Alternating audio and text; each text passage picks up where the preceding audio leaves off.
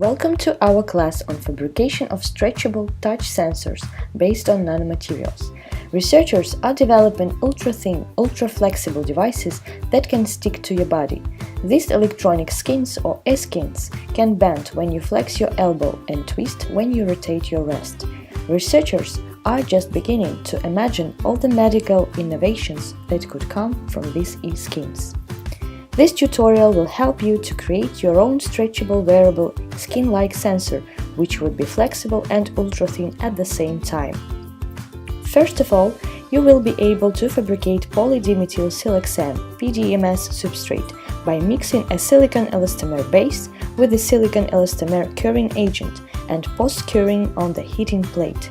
PDMS is elastic, transparent and biocompatible material as well as EcoFlex polymer.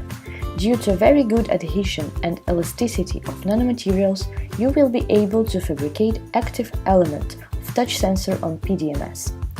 The next stage of this tutorial will be introduction to working principles of TTP223B unit and its operation modes. First mode, when device sense during touch.